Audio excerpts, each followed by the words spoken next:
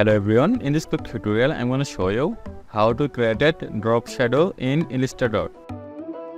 First open the Illustrator, then create a document and create a shape.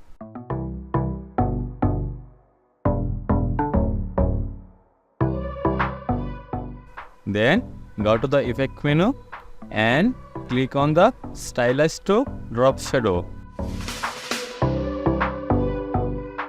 And you can change mode, normal to anyone. Also change opacity. X offset when you increase number, then shadow created right side, and decrease number, then shadow created left side. Y offset when you decrease number, then shadow created top side. Increase number, then shadow created bottom side. Now we created a drop shadow.